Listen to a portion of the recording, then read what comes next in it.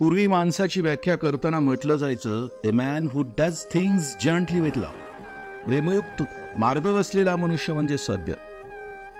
त्याप्रमाणेच प्रेमिकांच्या बद्दलही तशीच धारणा असायची. ही नेव्हर रॉंग.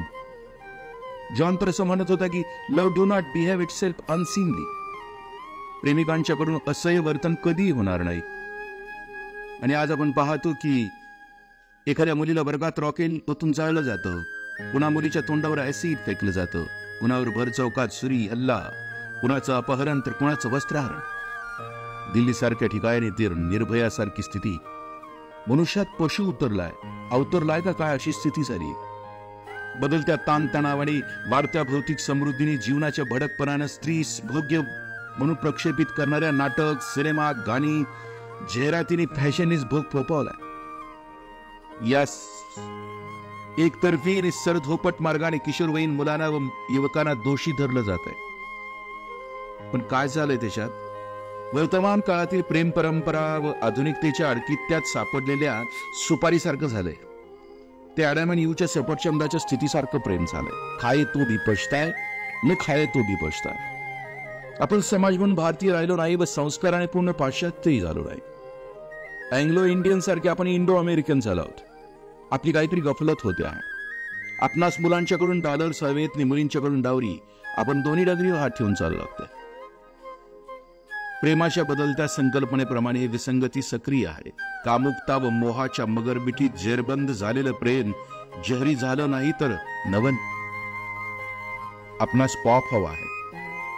खरंय, कोणताही नवा बदल नवा अरिष्ट घेऊन येतो. आपण घरात उपभोगाच्या वस्तू आणतो, तितक्या संस्काराच्या आणतो का? संस्कार रुजवणाऱ्या सवयी उपक्रमांची आपण किती जपणूक करतो? आपण भाषण ऐकणं, पुस्तकं वाचणं पसंत करतो का डान्स पाहणं? आपल्या घरात कोण आहे? आपल्या घरातली चर्चा कोणाची आहे? एखाद्या हिरोईनची आहे का खऱ्या हिरोची की ज्यानं अवघं जग उजळून टाकलं? घरी कुळथाचं पिठलं खाण्यापेक्षा बाहेर पिझ्झा खाणं आणि पेप्सी पिणं हेच आपलं इप्सीच झालंय ना. मग मुलांना पण वाटतं की आपली लारा, आपली ऐश्वर्या, आपली उर्मिला आपल्याला मिळालीच पाहिजे. किंबहुना मुलांच्या या हिंस्र स्वप्नांचे आपणच नाही का सौदागर? लहानपणापासून आपल्या साऱ्या अपूर्ण इच्छांची लाडाद्वारे परिपूर्तता करताना आपणच त्यांना रोज आक्रमक करून टाकलंय ना. त्याला नाही हा शब्द व आचार संस्कार आपण शिकवलाच नाही. 5 मागितले की 50 दिले. आता तो खंडणी वसूल करण्यास समर्थ झालाय. त्याला नाही माहीत नाही.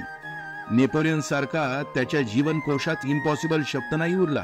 आणि मग एकतर्फी प्रेमात तडफडणारी होरपळणारी ही पिढी त्यांच्या लेखी आपण दिलेलं जीवन पाहत असताना मला खलील जिब्रान आठवतो. तो म्हणाला होता, मला माहीत आहे मुलं तुमचीच आहेत, तुमच्याच हाडा मांसाची, रक्ताने ती आकारती. तुम्ही त्यांना तुमचं सर्व काही द्या, पण फक्त तुमची स्वप्नाने विचार नका देऊ, कारण ती त्यांची ती घेऊन आलेली असतात. प्रेमाच्या बदलत्या संकल्पनेची शोकांतिका आपण त्यांच्यात निर्माण केलेल्या विचारणी स्वप्नात आहे. मित्रांनो, आता आपण एकदा स्वतःला तपासूनच घेऊया. नवे लिटमस तयार करू. रसायन नवं असेल, लक्ष मात्र तेच जुनं असेल. जुनं ते सोनवालं गाव, घर असणारं प्रेम, संबंधानं भरलेलं भारलेलं आजी असलेलं घर. तेही इतक्या लवकर. अजून उशीर झाला नाही.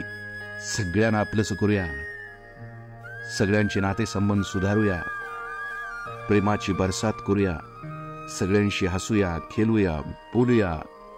सगळे आपलेच तर आहेत. मग जग अवघे विश्वचे माझे घर होईल.